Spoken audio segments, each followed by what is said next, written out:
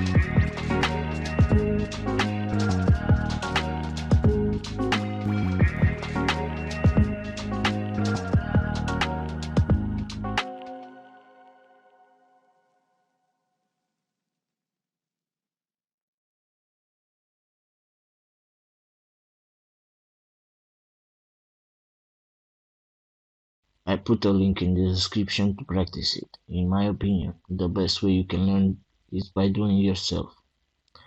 After you finish this video, I recommend to you to put in a bar and try to make it alone. If you're struggling at a point or with a comment, write down in the comment section and I will answer how fast I can. If you have other examples that you want to know how to do it, put the link in the comment section and maybe it will be in next video. So, hit that like button, share with your friends who learn 3D modeling and subscribe for next videos. That was it. Have a great day. See you next examples. Cheers.